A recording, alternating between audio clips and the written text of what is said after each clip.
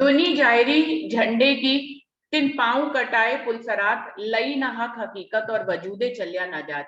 इंद्रावती जी कह रही हैं कि दुनिया जो है बातूनी झंडे को नहीं पहचान पा रही है, और वो जायरी में जो निशान लिखे हैं कि बातूनी झंडा जो है हिंद में आ जाएगा, शफकत बरकत वहां चली जाएगी, वो जाहिरी झंडों को लेकर चल रहे हैं और अलग अलग जो है फिरके बनाकर और जो है कर्म कांड के रास्तों को पार कर रहे हैं। इसीलिए उनके पैर जो है तलवार की धार पे कट जाते हैं, वो अखंड तक नहीं पहुंच पाते हैं। लई ना हक हकीकत, इसीलिए वो हकीकत को नहीं ले पाते हैं, और वजूदे चल जाना जाता, और अखंड तक जो है वजूद से तो जाया ही नहीं जाता है। तो बातों बातों को समझना होगा।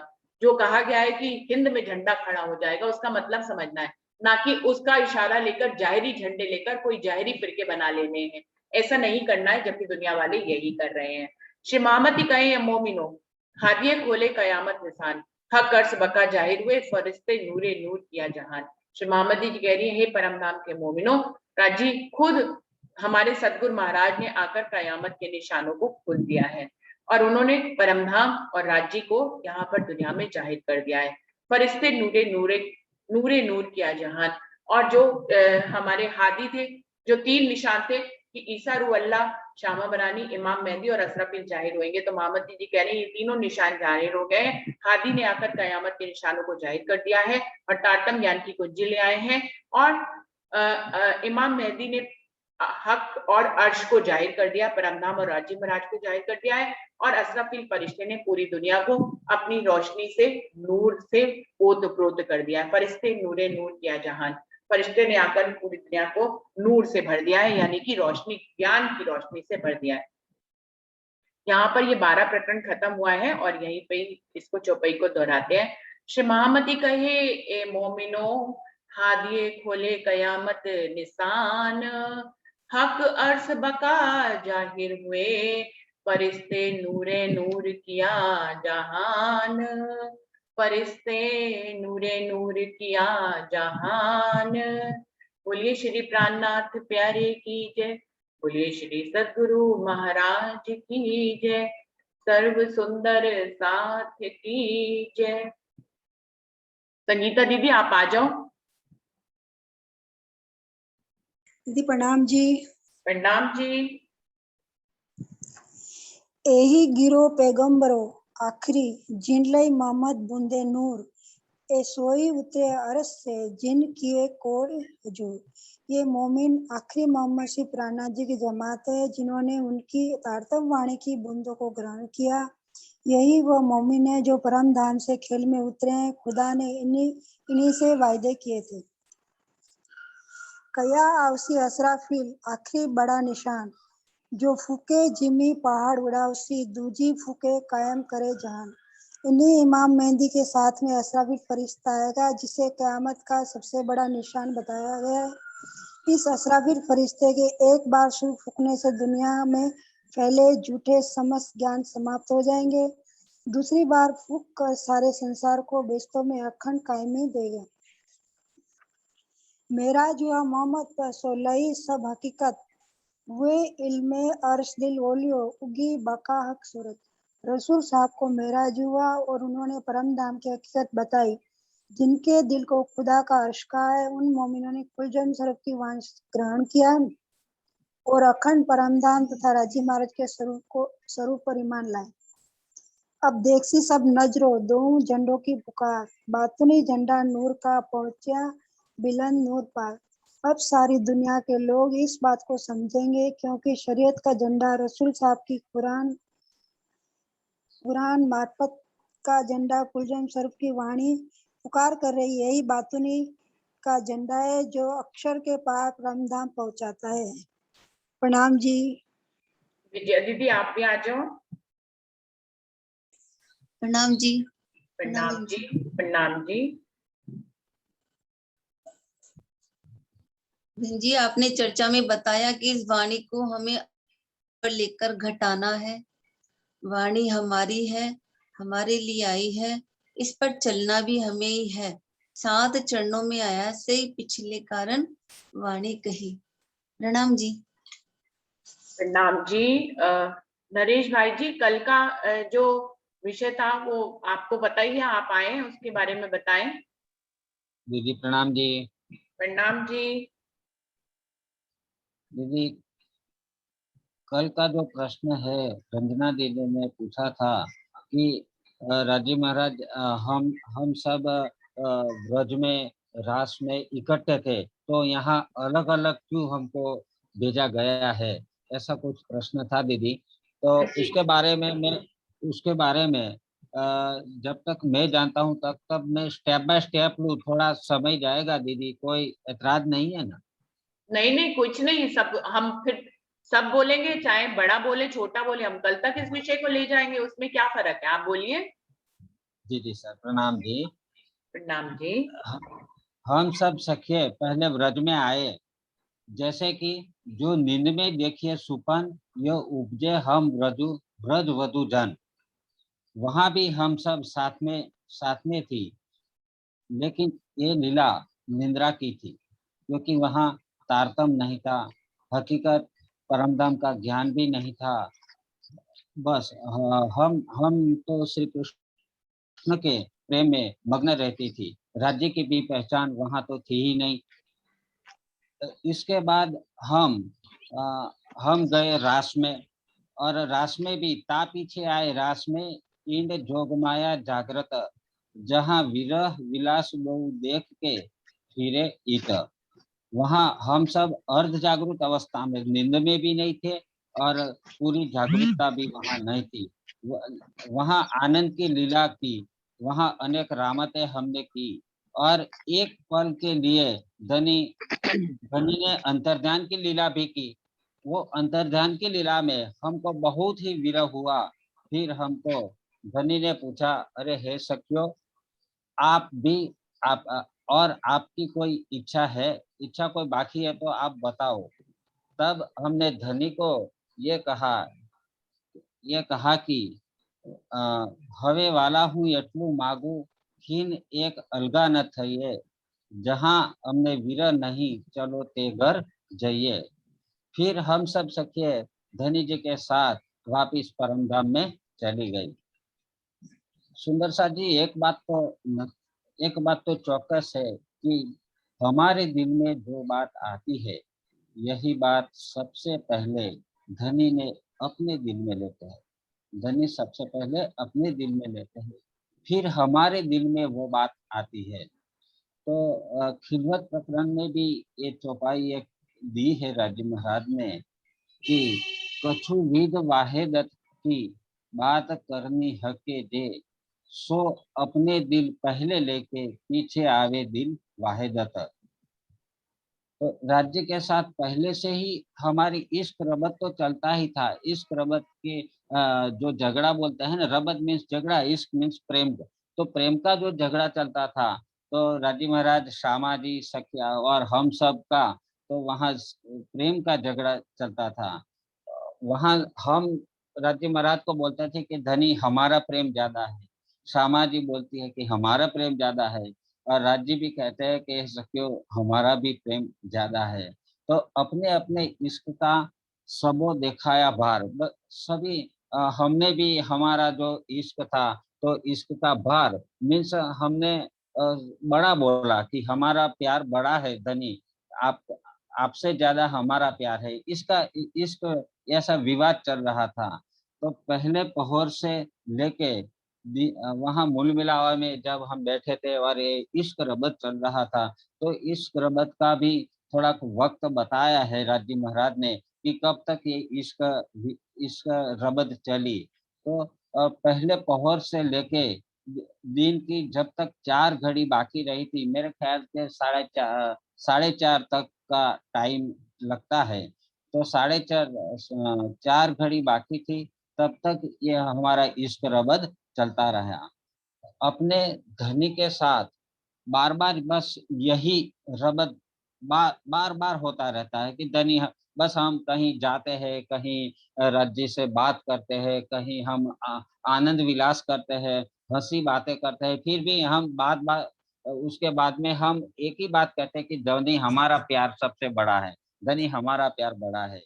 तो हम सबसे अपने प्रेम को बड़ा समझते हैं, और परमधाम में ये जो प्रेम का जो निरूपण करना है दीदी, वो निरूपण वो वहाँ संभव है नहीं। किसी का घर कम है, किसी का ज्यादा है, ये वहाँ निरूपण मीन्स को वहाँ हम क्या बोलते हैं उसको, हम उसको चौकस नहीं कह सके कि किसका ज्यादा है किसका बड़ा है।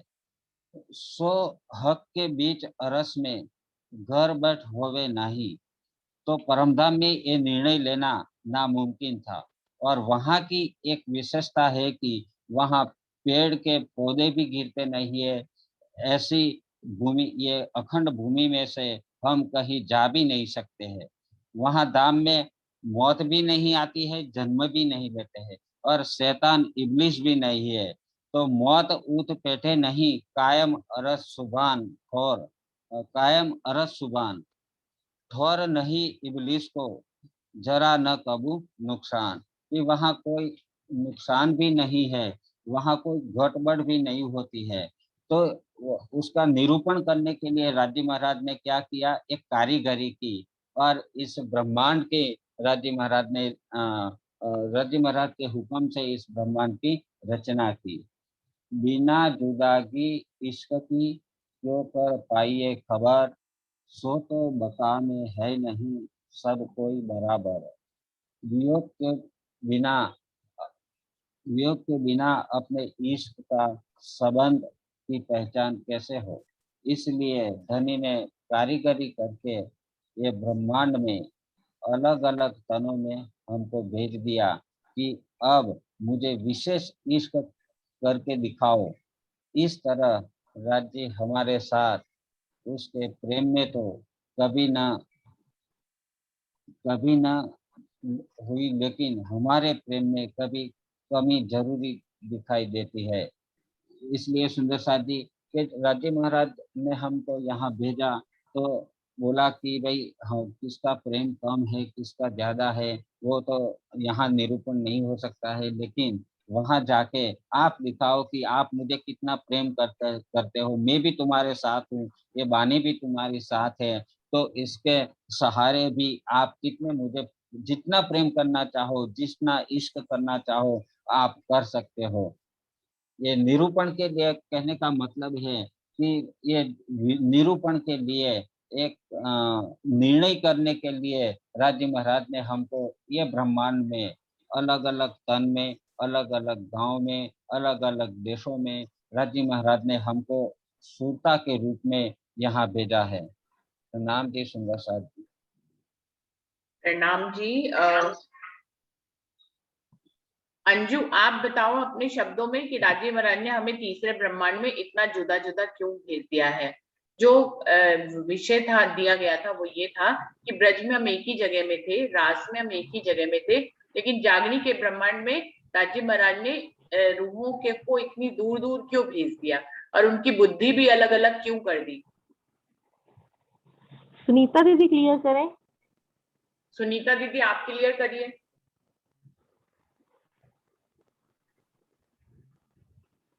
सुनीता बोले ना दीदी। सुंदर साथ। अंजू आप बोलो, अंजू आप बोलो। नहीं आप अच्छा बोलते बोलो ना, समझ में भी आ जाता है, नहीं, बोलो, मैं आप तो अपनी बोलो लैंग्वेज में ना, बोलूंगी। जो हाँ आपके जी दिल में आ रहा है आप बोलो, कोई बात नहीं, सब हम मेरे बैठ के तस्वीर कर रहे हैं, उसमें क्या। हाँ हाँ जी देखो, मेरे को तो ये थी जो कल रंजना का क्वेश्चन था कि देखो ब्रिज में भी इकट्ठे आए, उस क्वेश्चन उसका ये था कि ब्रिज में रास में सब इकट्ठे आए इकट्ठे गए, तो जागनी के ब्रह्मांड में ऐसा क्या हो गया कि भी इकट्ठे आए हैं, तो यही था इकट्ठे नहीं जा रहे हैं या सबके सतगुरु अलग है, यानी सबकी सोच अलग है। तो देखो ब्रिज में जब हम आए तो पूरी पूरी नींद थी, अभी इन्होंने नरेश भैया ने भी यही बोला ना कि पूरी पूरी नींद थी, और रास में आए तो आधी और आधी नींद थी। और जो जागने के ब्रह्मांड में आए हैं ना, और जो भी कह रहे हैं ना सबकी सोच अलग है, सबके विचार अलग है, वो इस भूमि का असर है, वो इस भूमि की ऐसी, ये कह रहे हैं द्वैत की भूमि है इसीलिए। और देखो गया तो देखो कोई भी नहीं है, अगर कोई शरीर को छोड़ चला, शरीर को छोड़ दिया तो इसका मतलब गए नहीं, वो सब वो तो गुम्मट में इकट्ठे रहे हैं ना। जाना तो सबने जाना तो इकट्ठे ही है, शरीर छूट रहा है वो एक अलग बात है। और जो बाकी सबकी थिंकिंग की बात है, तो मेरे को ये है कि यहाँ की भूमि का असर है। अभी उन्होंने बताया कि वहां अखंड की भूमि है, और जैसे योगमाया में वो कृष्ण तत्व, और यहाँ द्वैत की भूमिका असर है। बाकी दीदी आप बताइए, सुनीता दी क्लियर करो। दीदी बताओ आप।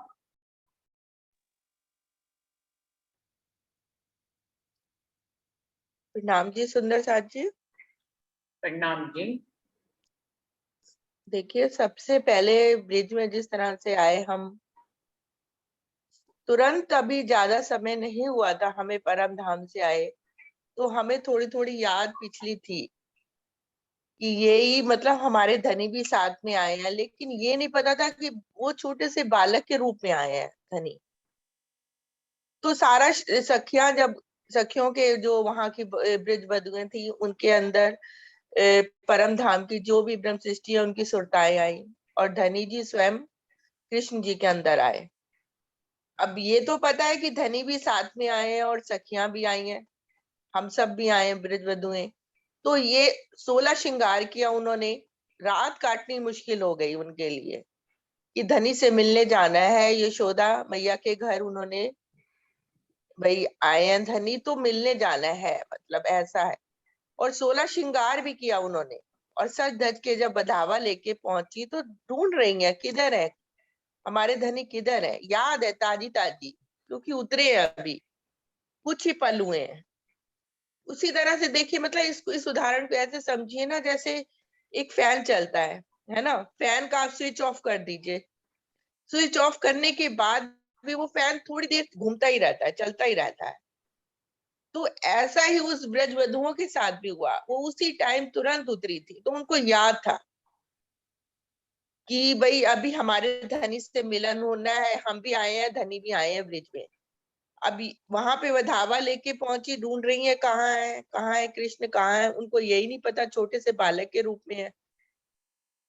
तो कृष्ण जी स्वयं ही उनको आवाज निकाल के बुलाते हैं, तो आवाज से पहचान लेती हैं सखियां और तुरंत वहां पर पहुंचती हैं। अरे ये तो लला है, लला के रूप में आए हैं धनी जी। आंखों से नेत्रों से नेत्र मिलते हैं सखियों के और राजी के। तो परम धाम की सुध आती है, अरे ये तो मेरे धनी है। और उनसे आंखों ही आंखों में सारी बातें होती हैं धनी की, और वो आंखों आंखों से ही सुख लेते हैं। तो अभी वो ब्रिज की लीला इतनी फिर थोड़ी मतलब कृष्ण जी बड़े होते हैं तो सबको ही पता है किस तरह से सखियां उनको एकांत में ले जाती हैं और वो पूरा सुख देते हैं, ये तो सबको ही लीलाएं वहां की पता ही है कृष्ण जी की। तो एक तन उनको सामने दिख रहा था सखियों को कि इस स्वरूप के अंदर हमारे धनी है, और छोटा सा ब्रिज है, पूरा संसार नहीं है, एक छोटा सा ब्रिज गांव है, ब्रिज और गोकुल। और वहीं पे, और ये भी पता है इनके अंदर, ये स्वरूप के अंदर मेरे धनी लीला कर रहे हैं, तो उस स्वरूप को ही रिझाना है। तो इतना प्रेम है सखियों के अंदर, जो कुछ तन मन धन सब से लुटा के, सब कुछ लुटा के उस धनी पे कुर्बान हो रही है। और 11 वर्ष की टाइम पीरियड भी बहुत शॉर्ट है, 11 वर्ष की ही लीला दिखा देनी है काली धनी ने यहाँ पर। तो वो स्वरूप के साथ ही अपना सारा समय, मतलब तन से दुनिया का काम करते हुए भी, माया का काम करते हुए भी, चित्त से उनका चित्त कहाँ लगा रहता है, कृष्ण जी से। जल्दी जल्दी काम खत्म करें और धनी से मिलने जाना है जमुना के तट के तीर। तो सास लोग भी, कुटुंब परिवार भी बड़ा खुश कि बहुएं इतनी जल्दी जल्दी इतना अच्छा अच्छा काम करती है, तो सास भी बड़ी खुश और जाने देती है उनको कि जाओ तुम जमुना तट पे जाओ और पानी भर के लाओ। पानी भरने के बहाने जाती है और वहां पे कृष्ण जी के साथ लीलाएं करती हैं। तो बड़ी मतलब जैसे इश्क की लीलाएं, आनंद की लीलाएं कृष्ण जी के साथ होती हैं, क्योंकि एक ही तन पता और वो भी सामने प्रेजेंट है। तो इस तरह से प्रेम की अनंत जो अनुपम लीला होती है आनंद की, वो वहां पर ब्रिज में हुई। और उसके बाद रास में गए, रास में भी वही लीलाएं रास की, जो परम धाम की लीलाएं, उनका प्रतिबिंब स्वरूप ही तो है रास। जो इश्क की लीलाएं हम परम धाम में करते हैं, उनका प्रतिबिंब स्वरूप ही रास में है। तो वहां भी हमने कृष्ण जी का एक स्वरूप दिख रहा है सामने कि यही मेरे धनी है, और इनके साथ ही हमें आज रास खेलनी है। और धनी ने आवाज बांसुरी बजाई है और हमें बुलाया है और हम सब सखियां आई है। जो लेश मात्र माया उनमें थी वो भी धनी ने उनका क्या कहते हैं परीक्षा लेके वो भी खत्म कर दी। कि पति बताया, जैसे रास में बताया है, लूला हो लंगड़ा हो तो उस पति को नहीं छोड़ना चाहिए। इंद्रावती ने आगे बढ़ के बताया, तो आप तो मेरे धाम के धनी हो, आत्म के पति हो, आपको हम कैसे छोड़ दें। तो लेश मात्र जो उनके अंदर अहम था वो भी समाप्त हुआ। और उसके बाद रासलीला हुई। रासलीला करने के बाद फिर धनी हम दोबारा परम धाम गए। वहां पे एक पल का बिछोड़ा हुआ भी, लेकिन उस बिछोड़े को भी इंद्रावती ने बड़ी चतुराई से जब दोबारा क्या कहते हैं कृष्ण जी का रूप धारण करके बांसुरी अपने होठों पर लगाई तो धनी दोबारा प्रकट हो गए। फिर उन्होंने पूछा, ये वृंदावन तुम्हें कैसा लगा। तो सारी सखियों का एक ही जवाब था कि धनी बहुत सुंदर है, लेकिन जहां पर आपकी जुदाईगी हो एक पल की भी तो वो हमें नहीं भाता। हमें तो उस धाम में ले चलिए जहां पर एक पल की भी जुदाईगी ना हो। ब्रिज में हम जैसे पूरी नींद में देखा, हमने यार समझ के कृष्ण जी के साथ लीलाएं की। ना हमें धाम की सुध थी और ना ही वाणी थी, ना क्या परम धाम की सुध थी और ना ही धनी की पूर्ण पहचान थी। और रास में आधी नींद आधी जागृत। ये तो धनी की तो पहचान हो गई, लेकिन हमें परम धाम की पहचान नहीं हुई थी। तो फिर दोबारा हमें परम धाम जाना पड़ा। और फिर धनी से हमने वो किया। धनी ने कहा, देखो दो ब्रह्मांड मैंने दिखाए, ब्रिज भी दिखाया, रास भी दिखाया, अब बताओ क्या और भी इच्छा कोई बाकी है। तो कह रही, क्या दिखाया आपने। फिर सखियां कहती हैं, फिर प्रेम संवाद होता है जो पहले से कदीम से चल रहा था। आपने तो हमें क्या दिखाया, ब्रिज में ले गए, वहां हमने आपसे इतना हमने आपको रिझाया, जैसे पहले बोली परम धाम में जब इश्क रबद हुआ। हमने तो कुछ ऐसा देखा ही नहीं। आप तो कह रहे थे जुदे जुदे शहर में भेजूंगा और मैं अपना रसूल भेजूंगा, वो तुम्हें जगाएगा, उनकी वाणी सुनकर तुम भी रोओगे पर तुम जाग ही नहीं पाओगे। ऐसी तो कोई बात हुई ही नहीं। और ना जन्म मरण देखा हमने, ना दुख देखा। आप तो कह रहे थे दुख का ब्रह्मांड है, तो वो दुख का ब्रह्मांड कहाँ गया। वो दुख का ब्रह्मांड तो हमने देखा ही नहीं। क्योंकि ब्रिज में जो भी सखियां थी उनके पास बहुत धन धान्य से भरपूर थे, पूरे परिवार, खुशहाली थी सब जगह। किसी की मृत्यु का भी, इवन की 11 वर्ष में सबके पास इतने गाय वाय थी और दूध उनसे निकलता था, जाके वो बेच के उनका गुजारा करते थे। तो सब बहुत खुशहाल थे, धन धान से परिपूर्ण थे। किसी को दुख का नाम की कोई चीज ही नहीं देखी थी, इवन की मृत्यु तक नहीं देखी वहां पर। जुदाईगी वो धनी जी से हुई थी जरूर, 52 दिन की जुदाईगी, लेकिन वो प्रेम की जुदाईगी थी। दुख वाली जुदाईगी कोई भी उन्होंने नहीं देखी थी कि दुख क्या होता है। तो वो उन्होंने मांगा, अरे वो चीजें तो आपने दिखाई ही नहीं है। आपने कहा था जुदा जुदा शहर में भेजेंगे, जुदा जुदा प्रांतों में भेजेंगे, दुख दिखाऊंगा, बीमारियां क्या होती हैं, पति का मरना क्या होता है, पिता अपने पुत्र को कैसे क्या कहते हैं दंडित करता है, या पुत्र अपने पति को कैसे पिता को कत्ल करता है, भाइयों भाइयों में आपस में कत्ल कैसे करते हैं, मारकाट क्या होती है, ये सब तो आपने दिखाया ही नहीं। तो धनी ने कहा, चलो अब इस बार तो मैं तुम्हें दिखाता हूँ। अभी तक तो मैं तुम्हें सिर्फ एक ही तन में लीला हो रही थी कि मैं तुम्हारे साथ था, मैं अब भी तुम्हारे साथ ही रहूंगा, तुम्हारे दिल के अंदर ही अर्श करके बैठूंगा और वाणी भी भेजूंगा, रसूल भी आएंगे, वो भी तुम्हें समझाएंगे और वाणी भी आएगी, लेकिन तुम तब भी पहचान मेरी नहीं कर पाओगे। और वो ही हो रहा है सुंदर साथ जी। आज हम अलग अलग शहरों में, अलग अलग प्रांतों में, यहाँ तक कि देश विदेश में भी सब सुंदर साथ बैठे हैं और वाणी का भी इतना पसारा हो रहा है। सब वाणी मंथन भी कर रहे हैं और सब विरह भी ले रहे हैं वाणी पढ़ के, धनी की पहचान करके। हमें धनी की हमारे साथ क्या निस्बत है ये भी पता लग गया और धनी को पाने का हर सुंदर साथ प्रयास भी कर रहा है। और दुख का खेल मांगा तो आज दुख का भरपूर खेल हम देख रहे हैं। आज देखिए, कहीं भी देखिए आप सुंदर साथ जी, दुख ही दुख। लेकिन उस दुख में भी बैठकर महामती जी कहती हैं, उस अखंड सुख को तुम्हें लेना है। इत ही बैठे जागे घरदाम, पूरन मनोरथ हुए सब काम। वो अखंड वाणी आई है, वो पिया जी स्वयं यहाँ पर आए हैं, सब विद्वतन सहित आए हैं वो अखंड सुख देने। तो उन सुखों को हमें यहाँ पर बैठकर लेना है, जो सुख हम ब्रिज में नींद में भी नहीं ले पाए, आधी नींद आधी जागृत अवस्था रास में भी नहीं ले पाए। 3 लीला चौथी घर की, चारों का यामे भोग। अब जागने के ब्रह्मांड में आप वो चारों चीजों का, चारों ब्रह्मांडों का सुख ले सकते हो, ब्रिज का भी, रास का भी, जागने का भी और परम धाम का भी। तो इस तरह से सदगुरु की मेहर से और धनी के हुक्म से आज हम यहाँ बैठे हुए चितवन के द्वारा, वाणी मंथन के द्वारा वो अखंड सुखों की प्राप्ति कर सकते हैं।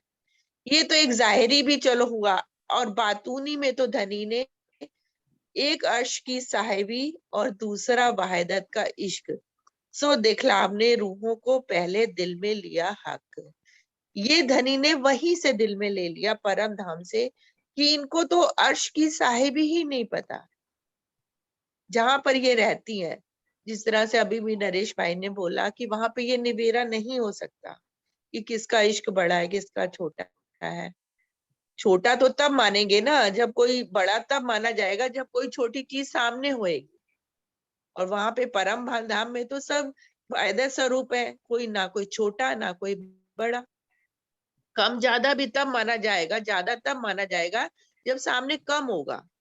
तो कम ज्यादा का निरूपण करने के लिए, विवेचना करने के लिए उसकी हमें इस काल माया के ब्रह्मांड में भेजा गया। एक तो अर्श की साहिबी दिखानी है कि कितनी बड़ी साहिबी है वहां पर, रूहों की भी और राज्य की भी, जो कि हम इश्क में गर्क रहते हुए राज्य की साहिबी को ही नहीं पहचान पाए। राज्य की साहिबी तो छोड़ो, हमें तो अपनी साहिबी भी नहीं पता थी वहां पर कि कितना बड़ा मरातबा है हमारा। और वाहिदत का इश्क, वाहिदत का इश्क का मतलब क्या है? रूहें समझी कि हम रिझा रहे हैं, 12,000 रूहें मिलकर वहां पर रिझा रही हैं, लेकिन हमें ये नहीं पता कि हम सब 12,000 रूहें राज्य महाराज के दिल का ही स्वरूप है। राज्य दिल में लेते हैं पहले, तब हम सब रूहें हकीकत स्वरूप में आके उन क्रियाओं को करती हैं जिससे राज्य रीझते हैं। राज्य स्वयं ही पेड़ पौधे बन के खड़े हैं, राज्य स्वयं ही खेल खिलौने बन के खड़े हैं, राज्य स्वयं ही पशु पक्षी जानवर बन के खड़े हैं।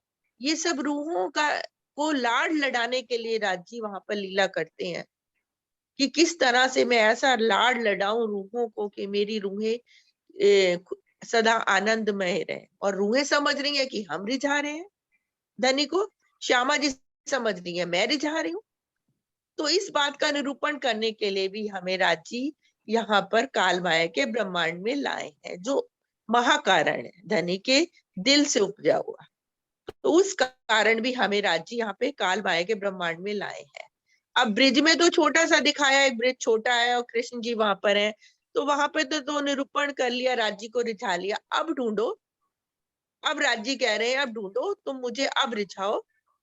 अब तुम्हें अलग अलग शहर, अलग अलग प्रांतों, अलग अलग देशों में भेजा है, अब ले आओ, प्यार करो, दीदार। सब कुछ तुम्हारे सामने दे दिया, खजाने खोल के रख दिए, वाणी भी दे दी है, मैं भी आया हूं, अब मुझे ढूंढो मैं किस तन में हूं। वहां तो एक स्वरूप में तुमने देखा और रिझा लिया, अब तुम्हारी बारी है, अब तुम लाओ प्यार और करो दीदार। वो प्यार लाओ परम धाम वाला। अब सब कोई अपने सदगुरु के तन में ही धनी को ढूंढ रहा है। हर एक के सदगुरु अलग, जहां से उन्होंने तारतम्य लिया वहीं से उनको लगता है कि राज्य की बैठक सिर्फ यहीं पर ही है, और उसको रिझाने लग जाते हैं। हर एक के सुंदर ग्रुप हो गए, जैसे 40 जुट की सखियां, उनके अंदर आगे ग्रुप है 3-3 सखियों के। तो हर परम हंस जो है उनके अंदर राज्य महाराज की बैठक है, और सुंदर साज जो जिनको वो जगाते हैं, तो 300 सखियां उनके जुट की हैं, तो वो समझते हैं इन परमहंस के अंदर ही राज्य महाराज की बैठक है। ठीक है राज्य महाराज की बैठक, सबके अंदर राज्य महाराज की बैठक है, लेकिन अब वो 300 जो जुट वाली सखियां हैं, वो दूसरे जुट वाली सखियों को नहीं उस तरह से वो समझ पाती हैं, या वो उस तरह से नहीं राज्य ग्रहण कर पाती हैं कि इनके अंदर भी राज्य महाराज की बैठक है। इवन तो छठे दिन की लीला में तो हर सुंदर साथ के दिल में ही राज्य, परमहंसों ने तो दिखाया ही चल उस चाल पे चल के, उनके अंदर तो राज्य महाराज की बैठक ही है। लेकिन इस छठे दिन की लीला में हम सब सुंदर साध के दिल में ही राज्य की बैठक है। फकत सिर्फ हमें अंदर अपने अंदर झांकने का है, धनी को पहचानने का है। सदगुरु का तन भी देखो लिमिटेड ही है, यहाँ पर तन हमारा जैसा धारण करके आए हैं जो भी सदगुरु आते हैं बन के, तो कुछ वर्षों बाद उस तन को भी छोड़ना ही पड़ता है और हमें भी उस तन को छोड़ना है। तो अगर हम इस तन में रहते हुए धनी की पहचान कर लेंगे जागने के ब्रह्मांड में, तो फिर दोबारा फेरी नहीं लगेगी हमारी सुंदर साथ जी। तो जो ये जितना जल्दी हो सके हम अपने अंदर बैठे हुए धनी की ही पहचान करें और अपने वतन परम धाम की ओर रवानगी करें। प्रणाम जी। प्रणाम जी सुंदर साथ जी। अभी तो इस पे बोलने के लिए और बहुत से सुंदर साथ हैं जिनके शब्दों में हमें सुनना है कि हम जागनी ब्रह्मांड में अलग अलग घरों में और अलग अलग देशों में और अलग बुद्धि के साथ कैसे आए हैं। तो आज लेकिन क्योंकि वही समय हो गया, मेरी शिफ्ट मॉर्निंग की है और लेट भी हो गया है, तो आज बंद करते हैं, प्रणाम करते हैं और कल हम फिर इसी टॉपिक पे फिर से दोबारा से बोलेंगे।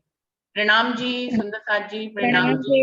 प्रणाम जी, प्रणाम जी। प्रणाम जी डॉली दीदी, प्रणाम जी अनीता दीदी, प्रणाम जी अर्चना जी, प्रणाम जी। आप सब लोग आए हो, कल तैयारी करके फिर से इस पे बोलेंगे सब लोग। सभी सुंदर साथ को प्रणाम जी। प्रणाम जी, प्रणाम जी, प्रणाम जी सुंदर साथ जी। प्रणाम जी सुंदर साथ, सभी सुंदर साथ। बड़ा सुंदर साथ ने हमारा प्रणाम।